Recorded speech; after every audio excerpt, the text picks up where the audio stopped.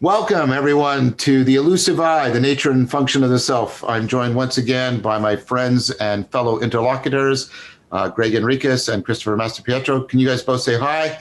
Hey, folks, we're back. Hello. Nice to be here.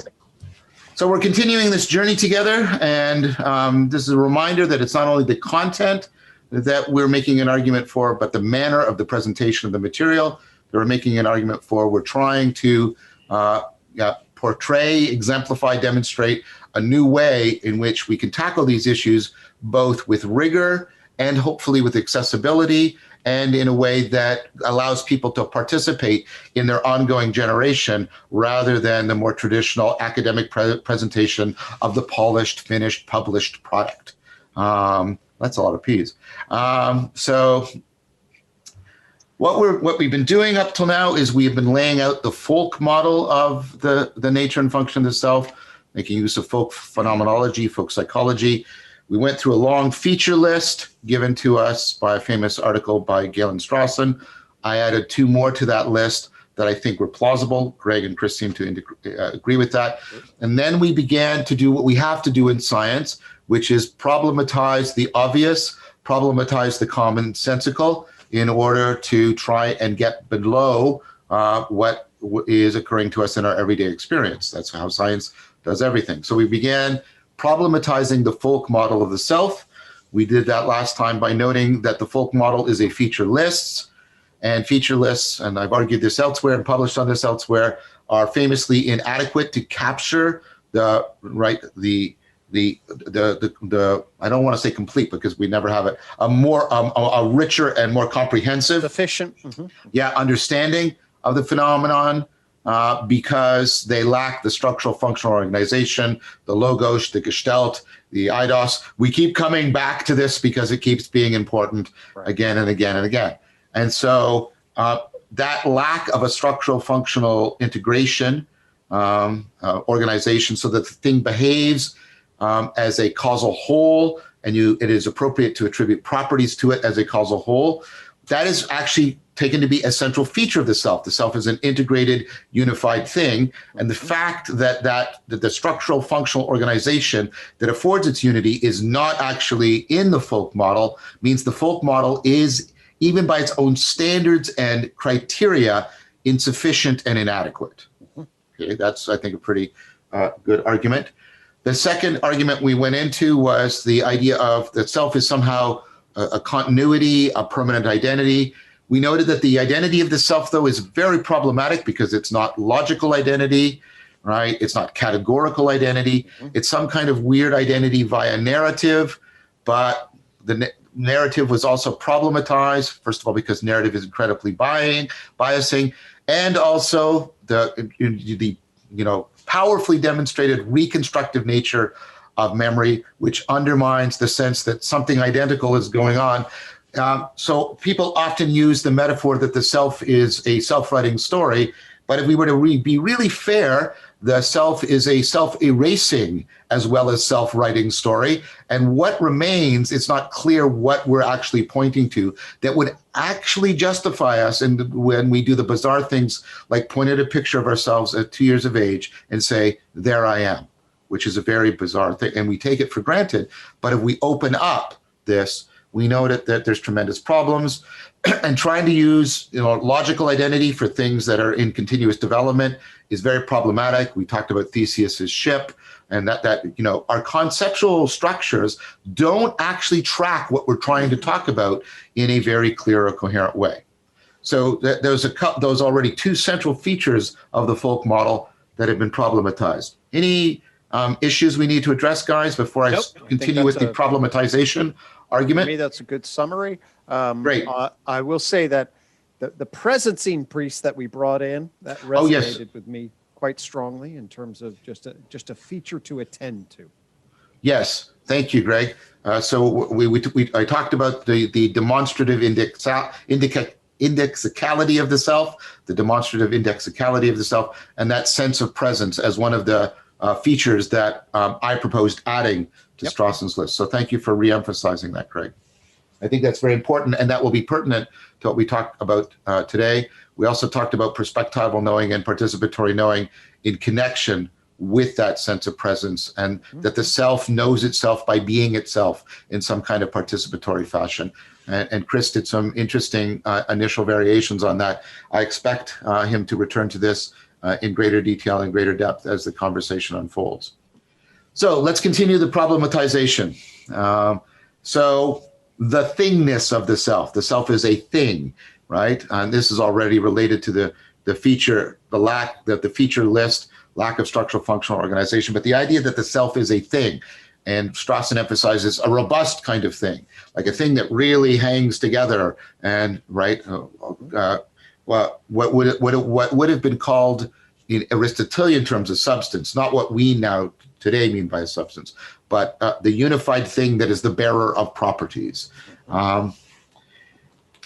And people go, yeah, and myself, as we already said, somewhere inside here, of course, we noted that was folk phenomenology. It's not academic phenomenology, because cultures put the self in different places, and that's where they feel it or experience it, right? So people do clearly think that it's a thing, even though they're not consistent on where it is as a thing. And this is one of the things we're going to talk about, because and I'm going to come back to this later, so I'm just going to introduce the distinction. Because we have a notion of a thing as an object where we talk about something that it has a definitive temporal, spatial boundary and location. So it makes sense to talk about being able to point to it or count it or individuate it. Now, for instance, there are there's images, but you know what I mean. There are three bodies here. 1, 2, 3. I can point to them and count them. Your body, my body, right? That's right. So that's one sense of the thing. The thing is an object, and that's what I'm going to emphasize. What I want to come back to is to introduce a notion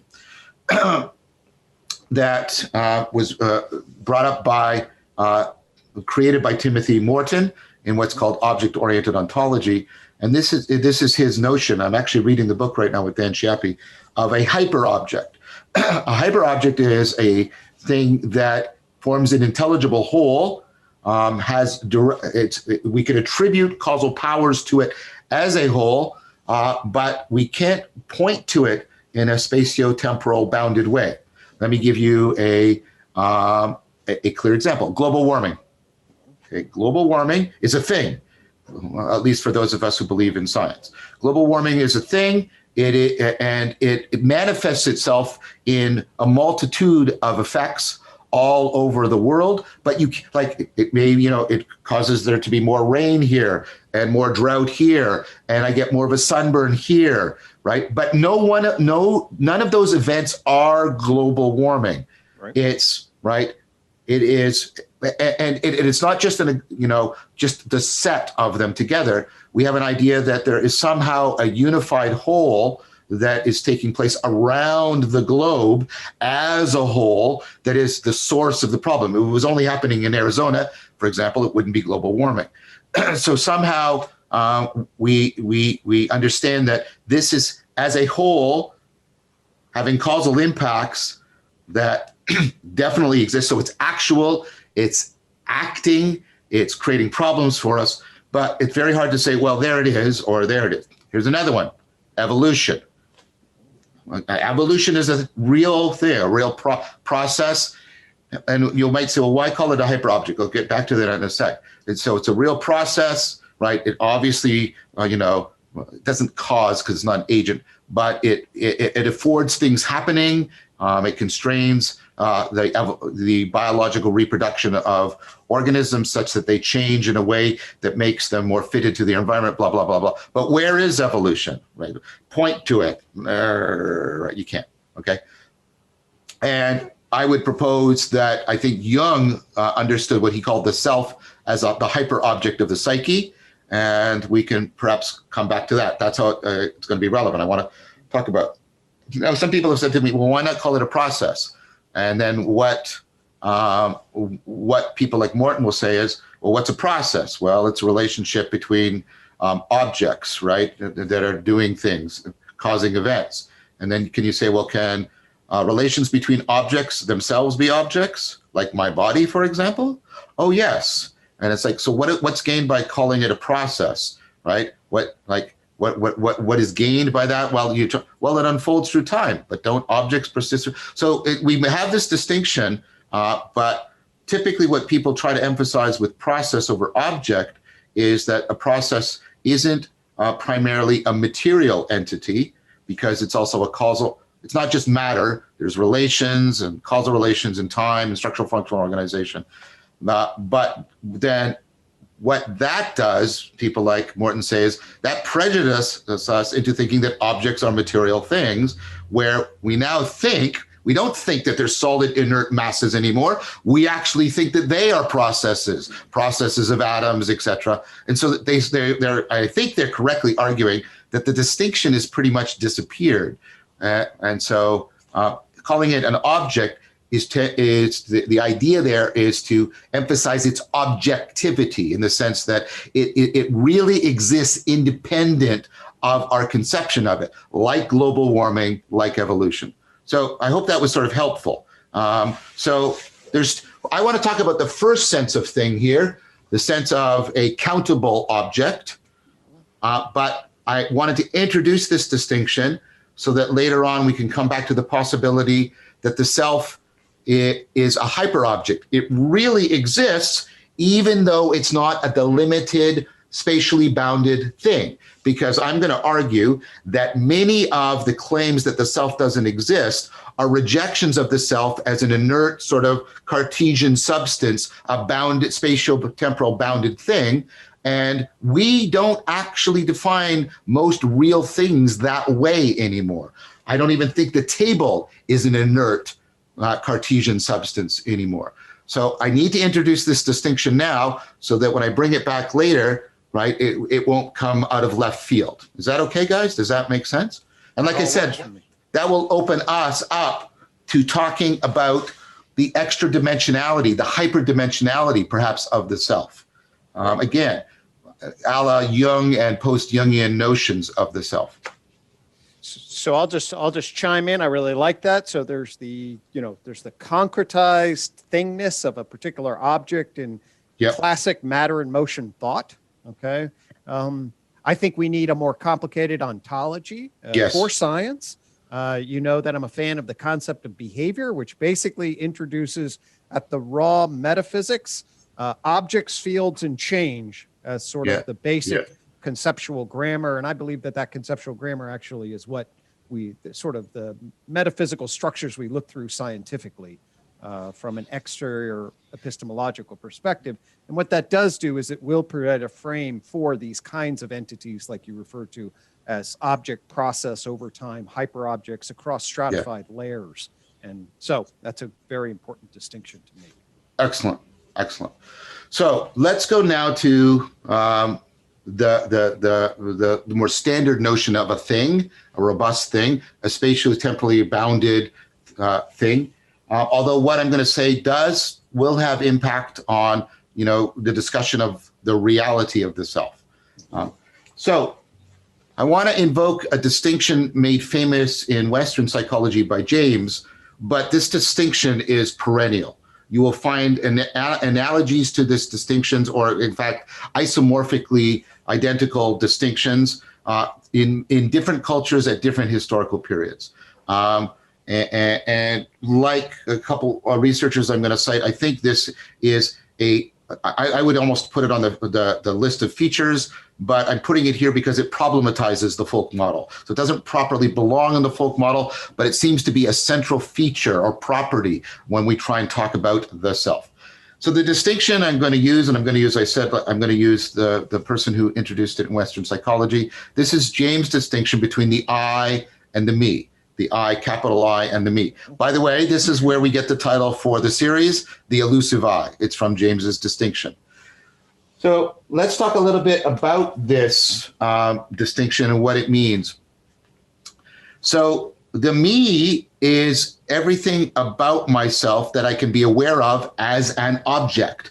I am an object to my own awareness. I can note things about Lee, like I can note things about my body. I can note things about my mind. I can note things about my, what we called character last time, or temperament. I can note things about, right, my memory, right? And these are all things that I note, and often the noting of them also comes with an identification marker, like that's me, that's me. The clothes that are really close to me right now aren't really me, right? The glasses, maybe they're part of me, right? Right, right. John. yeah, because of the meme, right?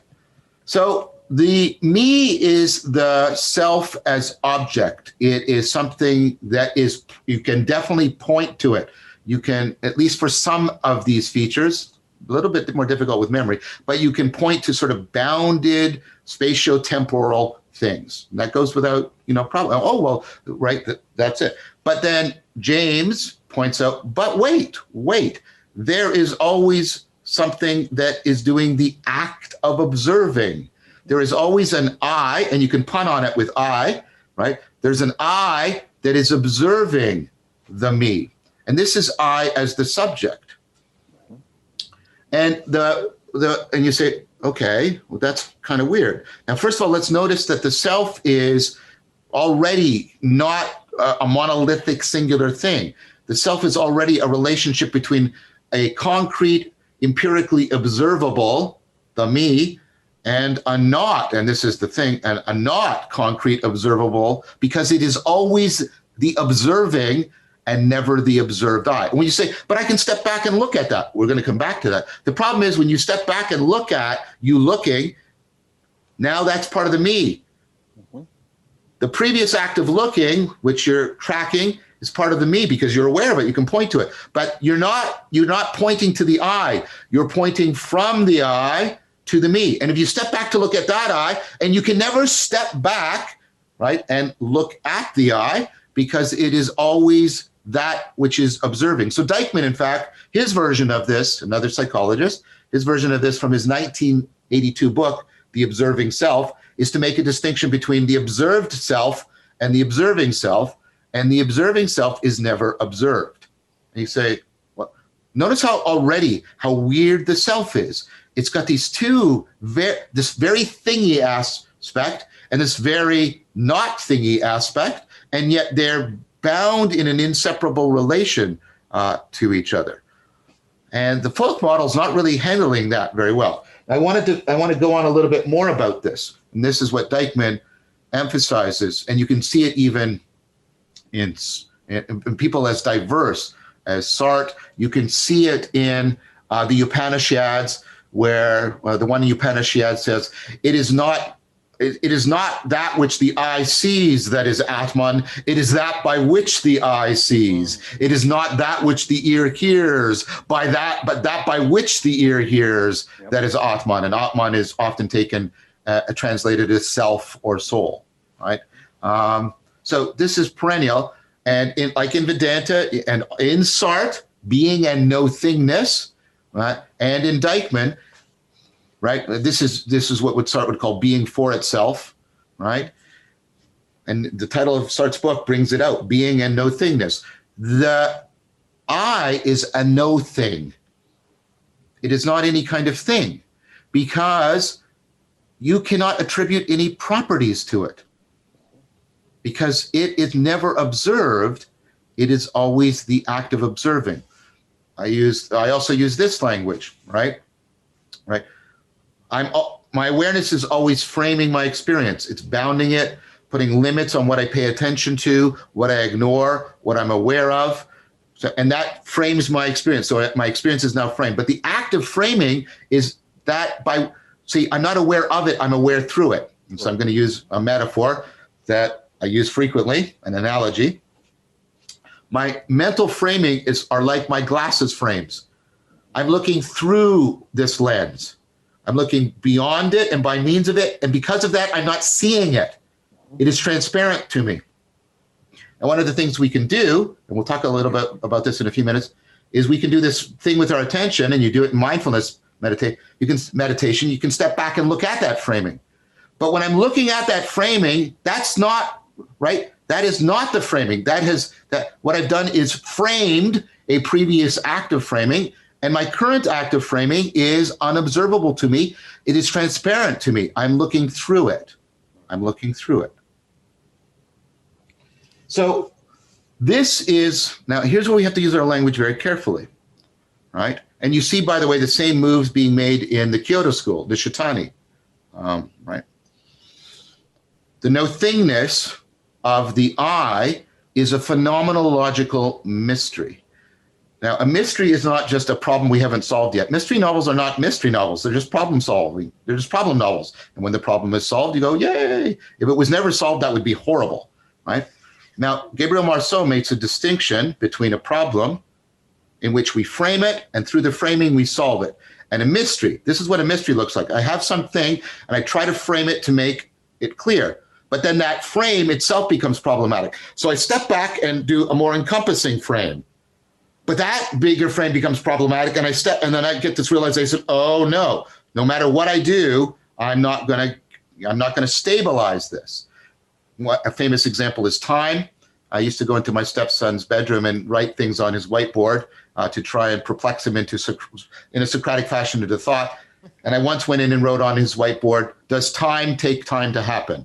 And that sort of blew him, because when you try and get outside of time to frame it, you realize, oh no, because I'm right, or right, your own death is a phenomenological mystery because you can't imagine it. This is what it would be like to experience not experiencing. You can't do it. You can't do it. Now, notice that. Okay, notice that last one. Okay. So sorry, before we do, notice it in the sense of remember it, because I'm going to come back to it in a sec. Notice how the self is, the I at least, is like that. I try to frame it, but all I get is the me. Oh, I'm going to step back and get the I. All I get is more me. Oh no, it's a phenomenological mystery like time or my own non-existence. Now it's a phenomenological mystery. Now I'm going to ask you to remember what I said about your own death, right? This is Epicurus. Where I am, death is not. Where death is, I am not, right? So your death is a phenomenological mystery, but you don't take that as an argument that you're immortal, or you shouldn't, right? It doesn't follow, because I'm sure of this. First, I'm going to assume that solipsism is false, and I just have lots of good reasons for that. I'm going to agree that Chris's own non-existence is a phenomenological mystery to him, right? I couldn't then stab and kill him and say, nothing to worry about, because his own non-existence is a phenomenological mystery. He cannot possibly die. You'd go, wow, you're insane. What does that mean? We have to make a distinction between a phenomenological mystery and a theoretical mystery. Even though I cannot phenomenologically experience my own non-existence, that does not prove that I can, that doesn't prove that I'm immortal and that non-existence is impossible to me. We cannot, and I see this happening a lot in sort of popular discussions around these topics, there is no deductive identity between phenomenological mystery and theoretical mystery, okay? They can be related, but you have to do work and argument to relate them. You cannot just assume identity. Okay, let's go back to it. So what does that mean for us? The self is a phenomenological mystery. That doesn't mean that it's a theoretical mystery that we can't get a good scientific account about. But what the no-thingness of the I indicates, and the fact that it has this weird non-logical identity framed relationship to the me, really undermines the idea that the self is a concrete, countable, point at it kind of thing. It doesn't have a lot of the characteristics that are needed. The me has that, but a me without a relation to the I is not a self. And the I is also not a pointable, countable kind of thing. Now, I want to bring up... Can I ask a question on that? Oh, sure, Greg. So let me pop in. So I've had this conversation about death, and here's, at least in terms of the phenomenological, so every night I go to sleep and my phenomenology disappears. Yes, yes. Okay. So you're actually bringing up something I'm going to go into in a second. Okay. Well then, All right, why don't we just go with that? Well, what I was going to do is I was going to put together the phenomenological mystery of the self, of your own non-existence phenomenologically, and the reconstructive memory of nature to really, and this can be a little bit off-putting to people, and this can happen to you at 3 a.m., right? This is like when you wake up at 3 a.m. and realize, I'm just made up of trillions of little animals. You have those kinds of weird realizations. So Greg, you were right on. It goes right into this. It's like, perfect. There are clearly periods where I'm completely unconscious, right? And that means that all of that completely goes away in a way that's phenomenologically inaccessible to me, right? I don't know what it is like. I have no perspectival ability to know what it is like to be unconscious, right? So I cannot know what the I and the me are like when I'm unconscious. I cannot know that. In fact, that disappears into the mystery of my non-existence, right? Because as you said, my consciousness probably goes completely offline. And then you get the Star Trek problem. When you wake up and you reboot all that phenomenology with your reconstructive memory, is that you or a newly made copy, reconstructed copy, that's very similar to the you that went to sleep last night? Because what is the continuity that goes through there? Gotcha. So now when you say, and then like, don't think about that too much. Perhaps this series should come with a mental health warning, because you can oh no, we think about this shit all the time. But yeah. Like if I go to sleep, but now this is a thing that's Evan Thompson wrote about it in his book, Sleeping, Waking, and Dreaming, I believe, because this was a deep problem in sort of Vedanta philosophy, and they thought your true self was the self that was actually in existence while you were asleep, which, right? So, wow, this is really problematic stuff. So now modern cognitive science problematization of it. You have Thomas Metzinger, and Thomas Metzinger uses the same language I use. He talks about transparency and opacity. Transparency is when I can't see something because I'm looking through it, like my glasses or my mental framing. And opacity is when I can step back and look at it. And what he basically argues, he calls it the ego tunnel, the self illusion. He argues that there is no self. What there is there's kind of a fundamental framing, right? And the fundamental framing, but there is nothing behind the fundamental framing. The fundamental framing, right, is a way it is completely transparent. And because of that, because we can't see the transparency of the mental framing, our cognitive system, I have to be very careful. I'm stumbling because I'm trying to avoid homuncular language, right? Our cognitive system makes a model of an entity that is doing the framing, but there is nothing behind the framing. There is just the framing. There is nothing beyond it. Another way of putting it is, remember we made the distinction between an entity notion of the self, right? And just a recursive notion of the self, like in the way a tornado is self-organizing. For Metzinger, the framing is a self-organizing process, the recursive sense, but there is no entity behind it. But our cognitive system, because of language and stuff, posits that there's some kind of entity doing the framing, but there is no entity doing the framing, and it is just transparent to itself. The idea is when you get to the sort of most fundamental framing and you can't step outside of it, what's left is a purely transparent self-organizing process behind which there is no self. That's Metzinger's basic argument in a nutshell. And it deserves to be taken seriously because there's a sense in which the ultimate level of stepping back is the I, which is no thing.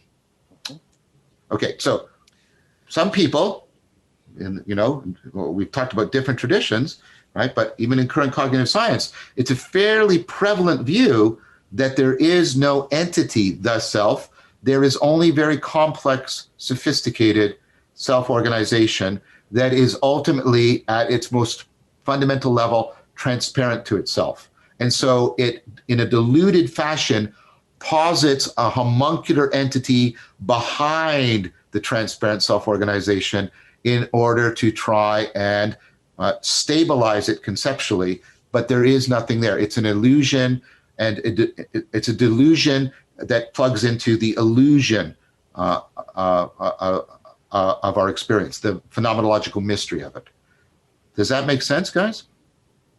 Yeah, no, so my word for this is your epistemological portal.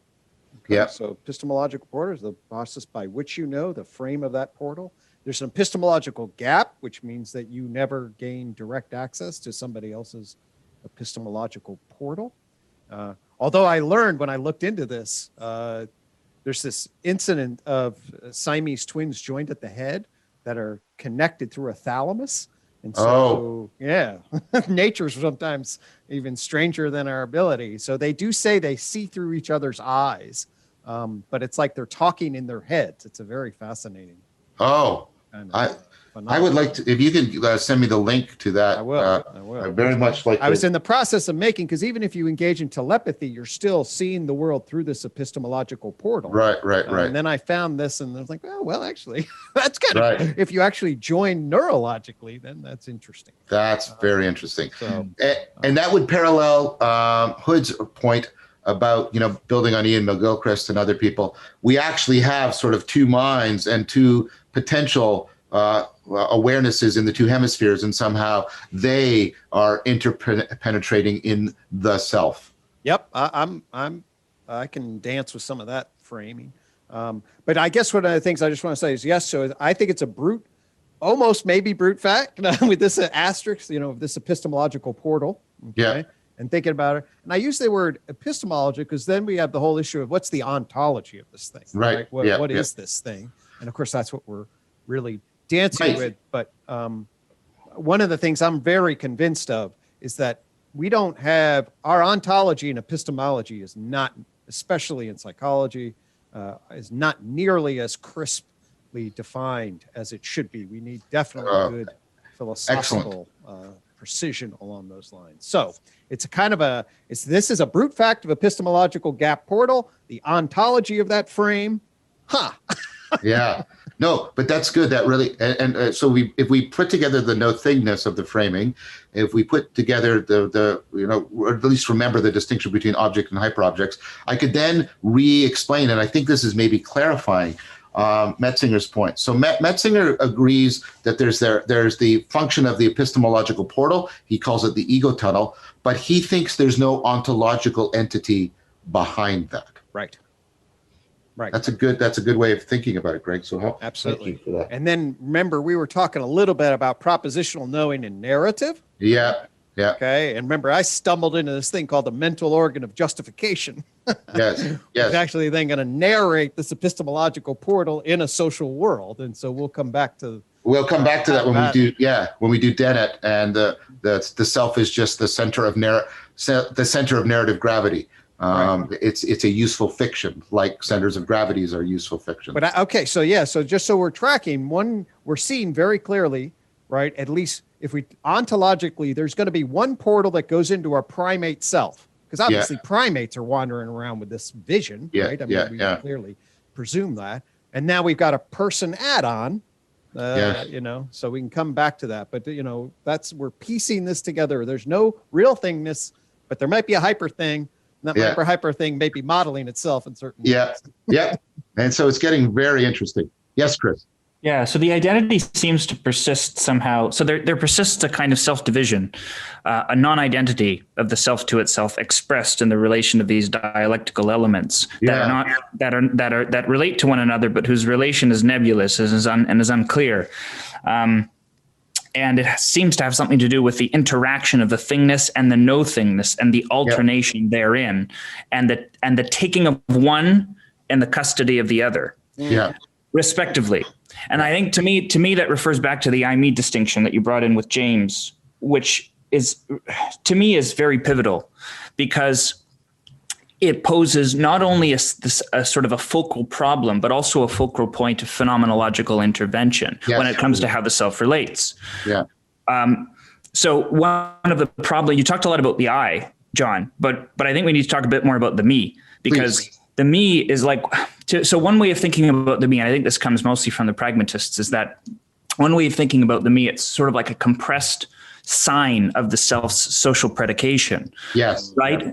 We haven't talked about self-relevance yet very much, but when you do, I would call it something like a semiosis of our self-relevance. Yes. Right? Yes. A representation of social situation that encompasses and gives direction to our relation with the world.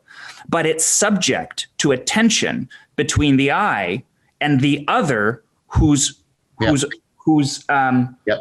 force of necessity confines and constrains it. So, we think of so when the I relates to its me, there's a sense in which the I's relation to its me is aspirational, right? Yeah.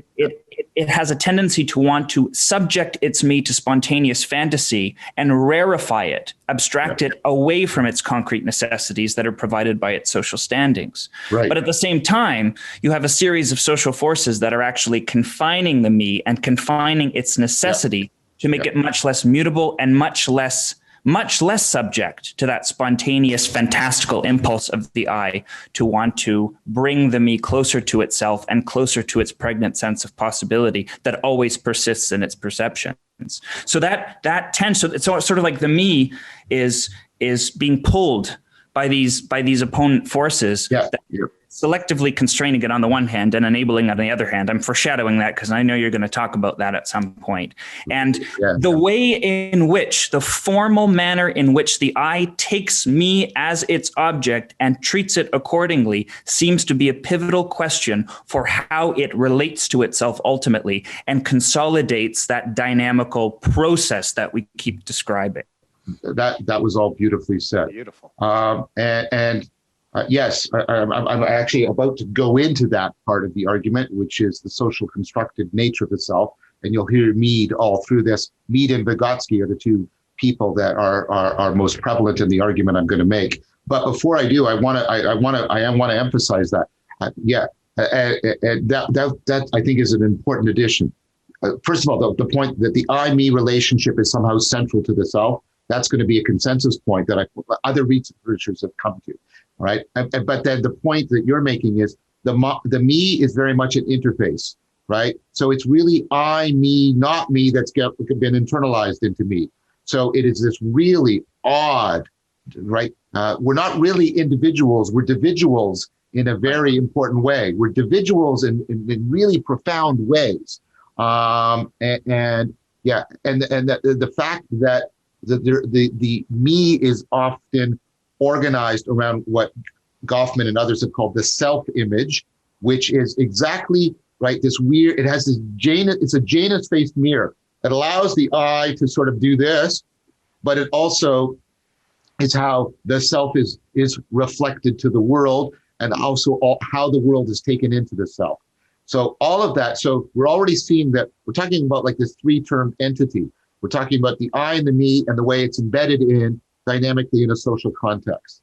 And Gregg also has a lot to say about that too, because that social context also brings in the whole justification system machinery around personhood. And that's also part of the self. We've already talked about that last time. Right. So if that's okay, I'd like to proceed to exactly that next point, if that's okay. Yeah, so I'll just, you're watching, I'll just say, think about how different you are in all the different arena relationships, even with different people, and then in different modes, like when you're really, on fire with somebody that you love versus in real intense arguments. These are the different self states are enormously powerful. So that just sets the stage for it. Yeah. So let's proceed, John, into the social. Yeah, there's just to give a term that might be helpful for that, and it's sort of Golfman because he used the sort of play, the idea of play as a dramatic action, right. That we have various self-images that go to various roles, and part of our self is the way it manifests in as Gregg just said, a multitude of roles that can be very, very different in their perspectival and participatory agent arena relationship. Yet somehow the I binds them into a coherent me, which is like, whoa, how does that happen? Especially since the role is inherently a relationship between you, whatever we're pointing at with that word now, and other people, as Gregg just indicated, right?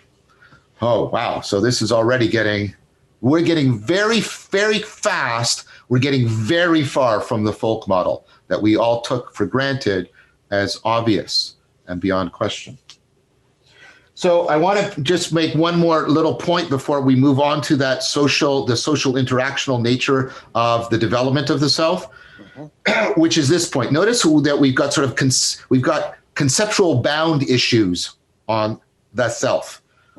We have the no thingness of the I, which it's really hard to try and get our normal kind of language around it, because it's not a normal, spatially, temporally countable thing, right? It's a no thing.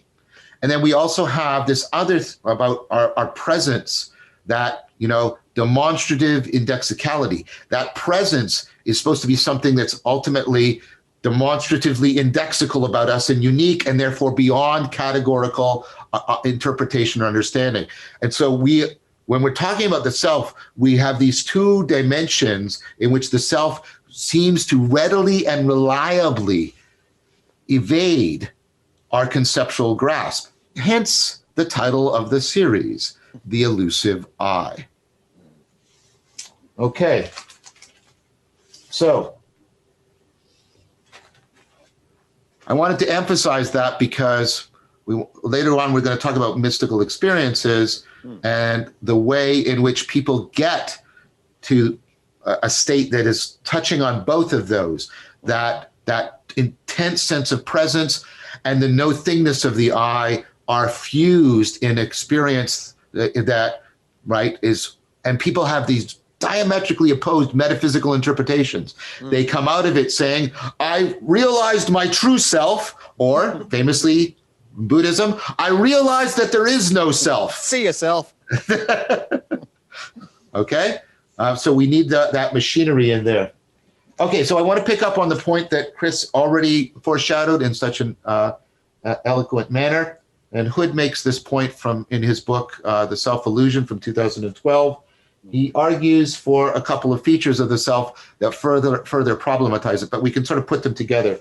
He argues that the self dynamically emerges out of the coupling together of processes that mutually constrain and afford each other. So he uses the example, which I've already alluded to, right, that the left and right hemisphere, right, they couple together and they somehow make a self. But I want to go beyond that. But before I do, for those of you who are unaware why that argument is sort of important, there's been, I think it was originally Sperry, wasn't it, Gregg, that did the split brain experiments? Yep. And what you do is you cut the corpus callosum between the two hemispheres, and you'll find that the person often is literally of two minds. So you have things like the alien hand syndrome, which is the person is trying to, do their shirt up with their right hand, controlled by their left hemisphere, and their left hand, controlled by the right hemisphere, is trying to undo it. They have opposite goals, right? And we already know that the left and the right hemisphere see the world very differently. If you want a dramatic impact, a dramatic instance of what loss of the integration of the hemispheres does to the sense of self, read Jill Bolte Taylor's book, My Stroke of Insight. She had a hemorrhage in her left hemisphere. Thankfully, the left hemisphere wasn't killed. It was just traumatized. And her awareness, whatever this means, and her sense of self moved exclusively into her right hemisphere. And her sense of self was dramatically undermined in a very horrific, terrifying experience. And the whole agent arena relationship was changed, right? It was very much, she calls it a stroke of insight, because insight is also an activity shift, well, at least it's claimed, with good evidence, shifts dramatically from the left to the right hemisphere. So if you reverse it, we think there's this nice stable unity, but it's just underlying the surface is if these two hemispheres just become out of sync to some significant degree, that unity just dissolves and goes away. This is what Hood means by it dynamically emerges out of the coupling of other processes together. Couple things about that that I think at least folks may be familiar with. Whatever. One of the things that's really striking about it was how limited of an impact that the corpus callosum actually had on people's behavior. Okay, so it's not like all of a sudden everyone was behaving weird. No. Right, but actually you had to be subtly analyze, and certainly sometimes there was dramatic alien hand events. Yeah. But one of the things that was really weird and scary, and for those of you that want to be taken down a notch on yourself, I think you have to pay attention to these studies. So for me, Michael Gazzaniga's work. Gazzaniga's work, follows this. And basically what he does is he shows that you can instruct the right hemisphere, like you can flash it a command or whatever, then the person will do what they're going to do, okay? Like go up to the water fountain, okay? So that you can, and then you go get it, and then you ask the person, what are you doing? And then the left hemisphere confabulates an explanation, says, oh, I'm just thirsty. Hold off a second. Okay? Yes. And the person has no awareness that dynamic system, somehow it just brings it into okay resonance. Okay. And I will say that certainly the implication of some of my work is that, you have this, what we feel to be this center is this sort of post hoc rationalizing, justifying aspect. And those split brain stuff really does problematize this sort of epicenter of awareness and free will and decision that you have to pay attention to. So that was excellent, and bringing Gazzaniga's work. I mean, the one that the confabulation. I remember one of the ones is he shows sort of a naked woman to the right hemisphere. The right hemisphere, and then he shows a shovel to the left hemisphere, and the person bursts out laughing, right? Because they're kind of a nervous laughter, and he says, well, what are you laughing at? And they go, oh, I thought of this really funny thing that happened once when I was using a shovel. And that's the thing, people, and it's confabulation, and why that should send a shiver down your existential spine is we have such confidence in our narrative. But what if the narrative is post hoc confabulation a lot of the time that is, as Gregg said, getting these two hemispheres back in sync when they've gotten out of sync for some reason, and that's all it's really doing, that there isn't a real integrated, centered narrative at work. What if it's post hoc confabulation? So thank you for bringing that in, Gregg, and that really strengthens Hood's point. So that's interesting. So if I'm getting you right, the same psychotechnological mechanism, namely narrative, that would allow us to interrogate the functionality of ourself can also mask dysfunction to such a degree as to exacerbate it. Absolutely. Yep. And so there are some, neuroscientists and cognitive scientists who talk about sort of a part of the left hemisphere that's the interpreter, that's always taking credit for no matter what happens. Oh, I intended to do that. I did that because of that.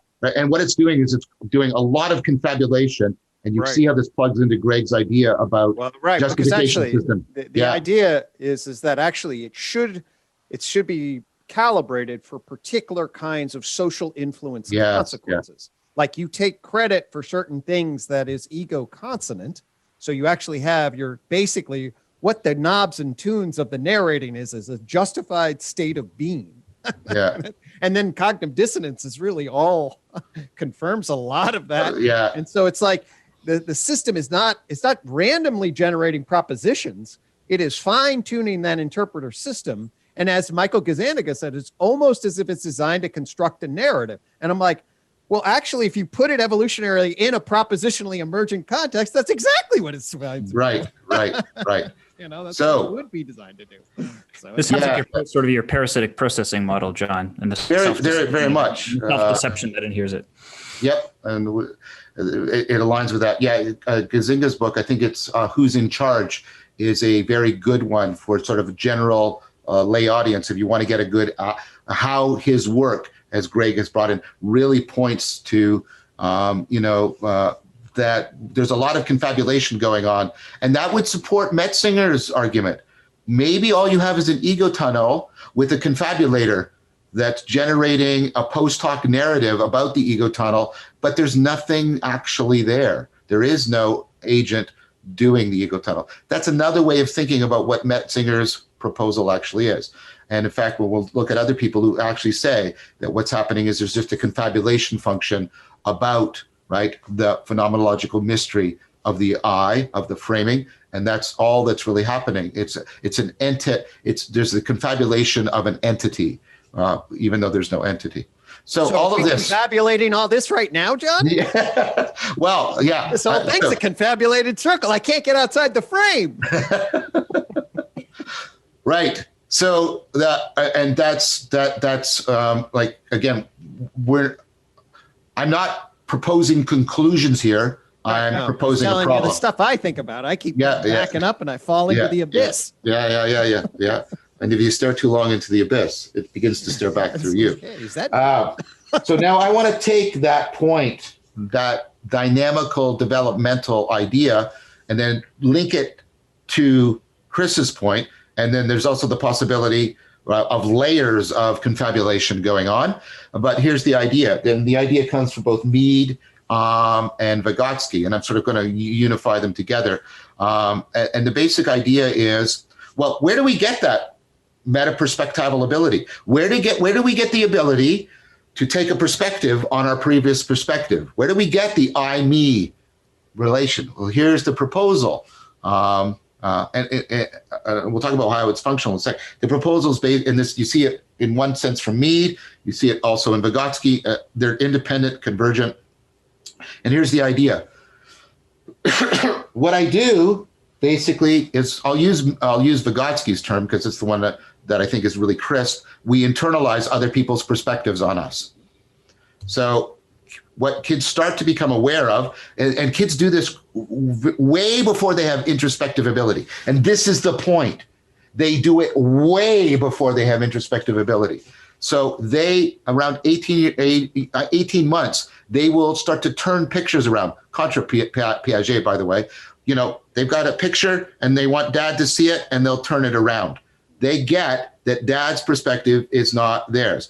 Or you can, you have broccoli and goldfish and you put it in front of the little kid and the little kid takes the goldfish and gives the broccoli to the dad because dad likes broccoli, I like goldfish, right? So we pick up on other people's mental states very soon, way before we can introspect. If you ask a 3.5-year-old what's happening in your head or your mind, they'll say things like blood.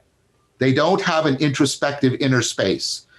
Sure, no. And we're going to talk about different kinds of metacognition in a minute. Or no, probably next time, actually, because we're coming to the close here. But what the idea is, let's say I'm a young child, and I have my father or mother, and I have my perspective on a problem. And my dad has a more encompassing perspective because he is trying to help me to solve this problem. So his perspective includes my perspective. And what I do is I imitate him. I imitate I imitate him, and I even talk to myself about, well, dad would say this to me, because I remember what dad says. And I start practicing imitating, taking dad's perspective on my perspective when I'm engaged in practices of self-correction. And so I do that more and more and more until I don't need dad to be around at all. And then I can just do it on my own internally. And what I can do is I can take a higher order perspective on a lower order perspective, just like dad's higher order perspective included mine. I internalize other people's perspectives on my perspectival knowing. And that's how I get this meta perspectival ability, which is, by the way, in the consensus paper we just released last year, that is a central capacity for wisdom. The meta-perspectival ability is one of the things that we think is working really well in people we deem wiser than us. So that ability to and this is why Socratic dialogue is so important, but that's other work that Chris and I are doing, so I'll just put that aside. We internalize other people in order to get a meta-perspectival, metacognitive capacity. That is where the I-me relation comes from. It comes from internalizing other people. And eventually that starts to have its own phenomenological experience, because right, just like my external perspective has a phenomenological experience, and I start to get the introspective perspective on my perspective. I start to get access to my working memory, et cetera, et cetera, et cetera. Now, why is all of that important? Well, because it is. Oh, so go ahead, Greg. Yeah, just a kind of a quick reference. So to me, this is a really, really important point. Okay. Right. So this is a foundational point. I think what we're seeing here, and I mentioned this before, but I'll just reiterate it. Michael Tomasello's work is very good in this domain. Yeah, very much, very much. He's making a very good case that we get a primate upgrade. The human gets a primate upgrade in this ability. Okay. Yeah. Meaning that our shared attention and intention capacity comes online, so that my ability to switch frame and back and forth and then create what he calls a we space, which of course means I need to take your perspective and mine and do that frame shifting. And by the way, this is of course all pre-verbal. I mean, this is not before propositional knowing. This is a shared intentional attentional space. That is a unique human cognitive ability, at least at the upgrade level. I mean, certainly some other primates have some of this action, but it's a very powerful capacity. I think the Tomasello book is what, Becoming Human? Is that? Exactly. A new theory of ontogeny. Yeah, which I highly recommend. I think the two figures we should be paying a lot of attention to as we try to upgrade our developmental psychology is Tomasello and the work of Michael Anderson in his idea of cognitive acceptation. You take those two together and we are very far from traditional models of development. But that's something, again, maybe Greg and I will do something on that. We'll talk bits and pieces of this through this series. Great. But let's come back to, it seems to, we got that this I-me relationship, and Chris already foreshadowed, but it's embedded in sociality, right? But this I-me relationship seems to be central to the self. And yet it is constructed socially. It is socially constructed. Now, here's the thing, right? And, you know, and social constructionism is a big idea right now. So we need to make use of this distinction that John Searle made. So John Searle made a distinction between intrinsic and attributed properties. Intrinsic things are things that exist intrinsically. Attributed things are things that only exist through social attribution. So if I have a coin, it being steel is intrinsic. It would be steel if there were no human beings anywhere. But it being money is attributed. It's only because we all agree to treat it that way that it becomes money. Now, here's an issue, right? When we look at things that are socially constructed, we have to ask the question, because it's socially constructed, there's a real possibility that it is just an attributed entity. It is like money. It exists the way money does, or the nice day for a picnic, or a bathtub. You say, well, bathtubs really exist. Not as bathtubs. They exist as objects with mass and electromagnetic radiation and a molecular lattice. But as bathtubs, there have to be human beings that use them for the social purpose of cleansing in order for it to be a bathtub.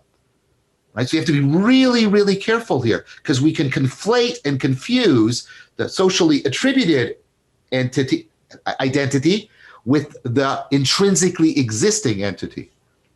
So here's the question that now we can ask. Is it the case that the socially constructed self only exists in a socially attributed way?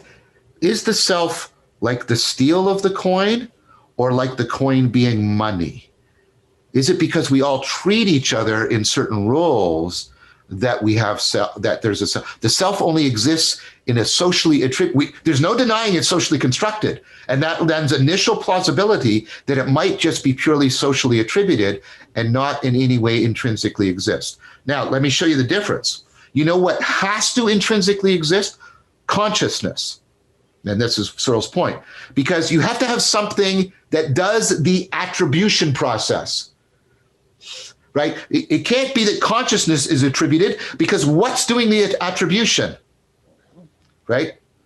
So consciousness has to intrinsically exist, or else you get an infinite regress of attribution. So, but the self might only exist as a social attribution. And what makes this a little bit more plausible, not convincing, but at least prima facie plausible, is when we have individuals. Now I'm going to talk about the problems with interpreting the data. I'm going to acknowledge that, but let's just bring it up as a possibility. When we have individuals who, for example, have been isolated from proper socialization, they're feral children, and they haven't been properly exposed to language, the case of Jeannie, we get individuals that don't seem to be capable of selfhood in the right way because they can't do the social construction. And then we wonder, like, we're hesitant to attribute selfhood to them. And we also do something opposite.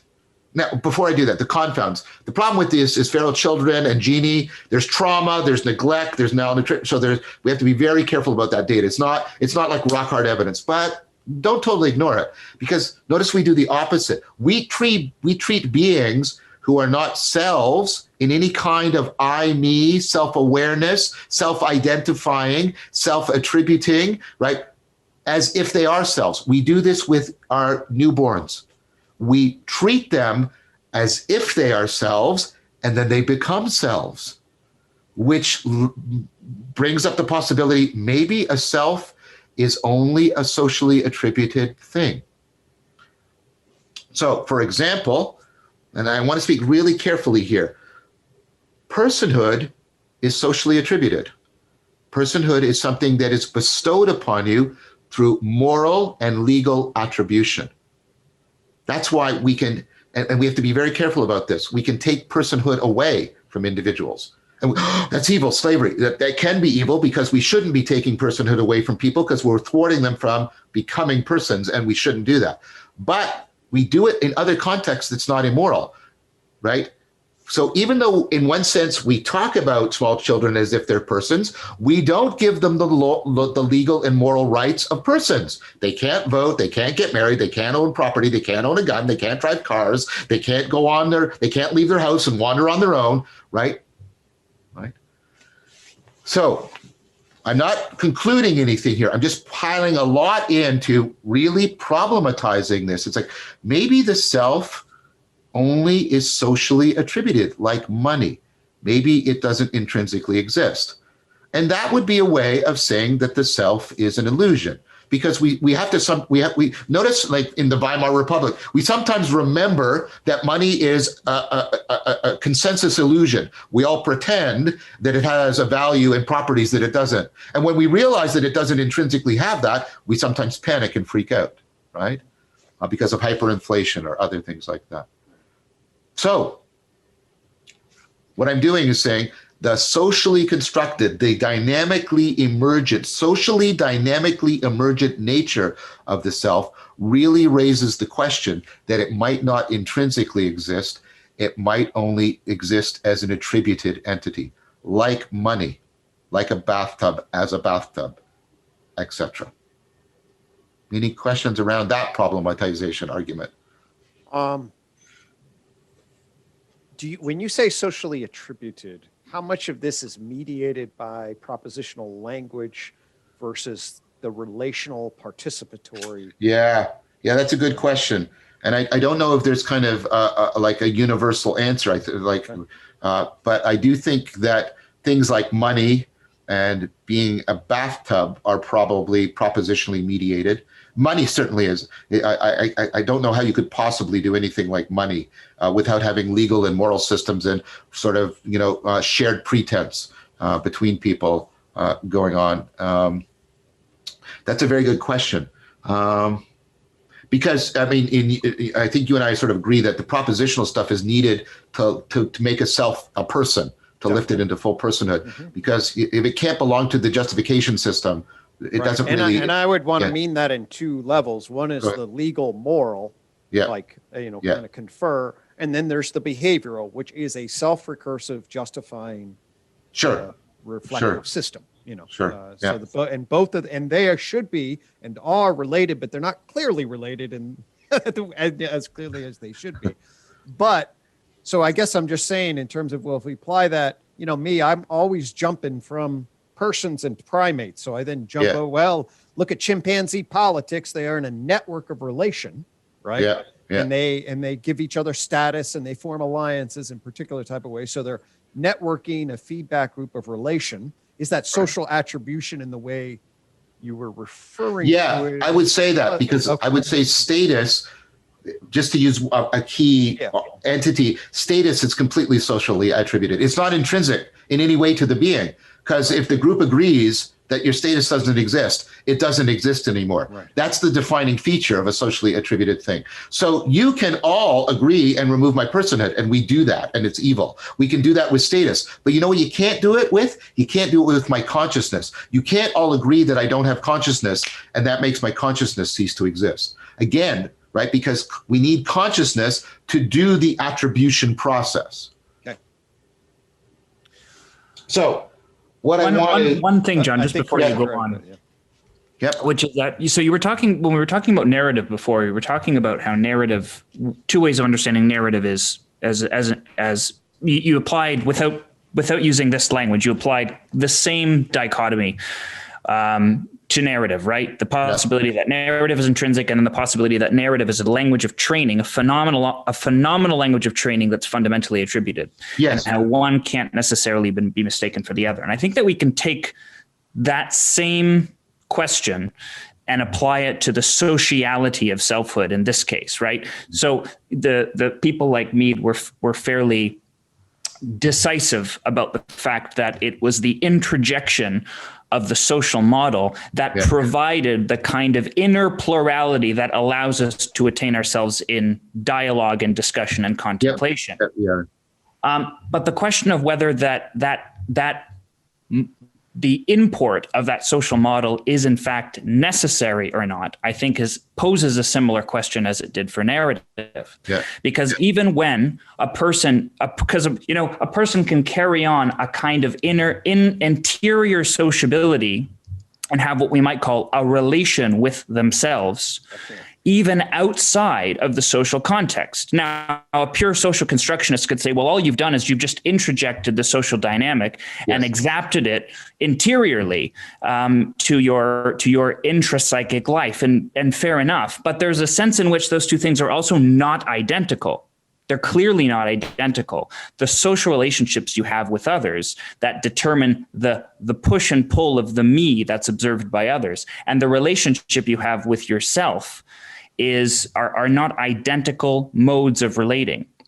And so I think that this raises a question then about the dependency, the social dependency of identity and the existential internalization of that dynamic, and how the two are actually, to what degree those two are simply whether there's a difference of degree or perhaps a difference in kind between those two different arenas, the social exterior arena and the intrapsychic arena. Even though they seem to be running off some of the same processes, there's a sense in which existentially and phenomenologically the experiences are not altogether comparable. So I think that to me, that poses a challenge to the purely social constructionist view, or at least one, maybe a more robust version of it. Well, I think so, but let me reply on their behalf. They would say, well, the fact that it shifts it, and you acknowledge this possibility, doesn't remove the attributed nature. So take the person who is stranded on the desert island and keeps fondling the gold coins that happen to be there, and fondling them and loving them because they're money.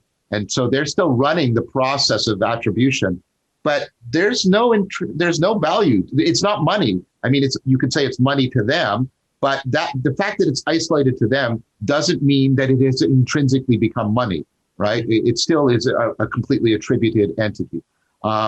So I get what you're saying, and how I would then come back so I'm doing this and strengthen your position and say, yeah, but there has to be something. You keep saying consciousness, John, but that's really slippery. And you and Gregg did a whole series on how slippery that is.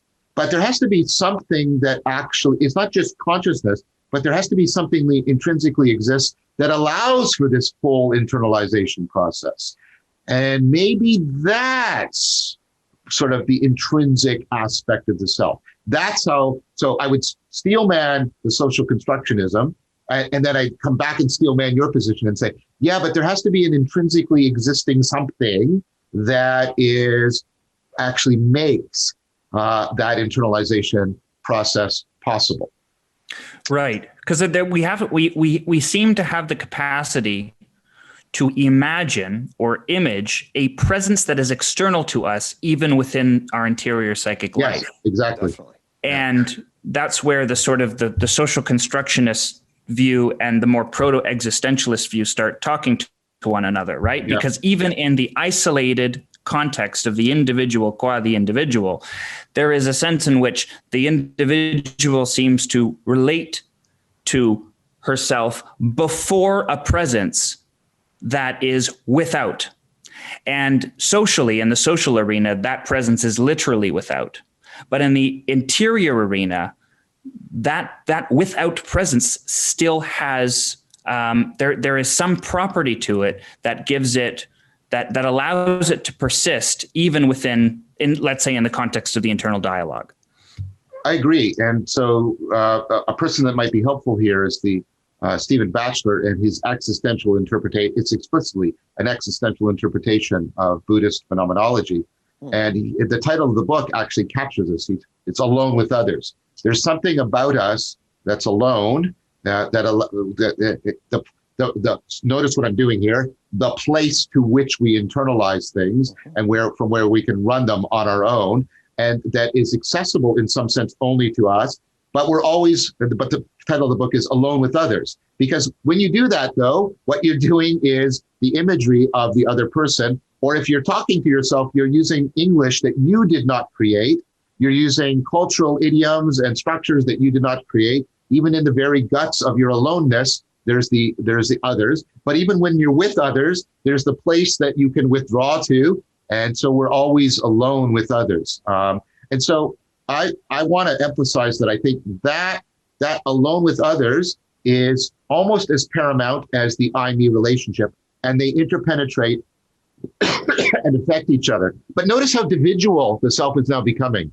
It's both individual and individual. It's a really, really mysterious entity in a lot of ways. And I think that all of that's absolutely right. I think we want to, for me at least, I always want to do the zoom back, put this on a phylogenetic evolutionary turn. Obviously, everything that we're navigating as social primates is in a particular social world, or survival, reproductive success. We come born, we're tracking mother, the entire attachment system that we have. And then you put it in the individual developmental track to become a functioning individual. It's all of this relational perspectival shifting so that I internalize all the others. And then I create a conglomerate of them and reference myself in relationship to that. So that intrapsychic interpersonal line both has strong features like the epistemological portal, and then has all blurred features from the developmental evolutionary vantage point. This has been amazing, and we're now really getting into the guts of the machinery of the nature and function of the self. This very elusive I, for sure. So what I want to foreshadow is we're going to take up this proposal that maybe all we're talking about when we're talking about the self is consciousness and self-consciousness, and what that means and what's problematic about that. And then I will start to turn to, how does this all connect up to agency, and what's this integrating function, and what's this internalization function, and so we'll start to get into some of the recent and good work that's been done on all this functionality that we are now pointing to a lot. So that's what we have going forward. As always, I want to thank you guys for the amazing interactions and the way, the way things are, fleshed out by you guys and drawn out is extremely valuable. But I wanted to now stop talking, other than I'll just say goodbye to everybody when we're done, because I want to give both Chris and Gregg the chance for any final words they want to bring to what's happened in this session that we've shared together. The only thing I think I would say and very simply, is that one thing that keeps recurring thematically, which I think is important to keep our eyes trained on, is that despite the fact that we keep talking about the self as an independent and autonomous and autopoietic entity, that there is a dependency that persists even through that definition, that seems to require the beholding presence or witnessing presence of another, before whose vision the self seems to emerge or consolidate or otherwise become itself. That there's that dependency on another, and however we conceive of that other, I think, is something that we'll get into, whether it's socially or perhaps something of a higher order when we start talking about it in a more spiritual sense.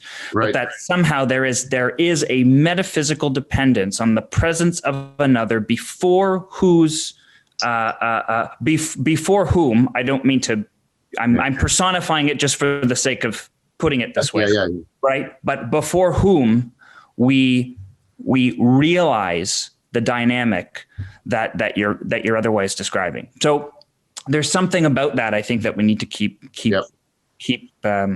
track of, because I think it's gonna start taking some interesting forms. Well, I like Cooley's phrase for that, who inspired me, the looking glass self, right? For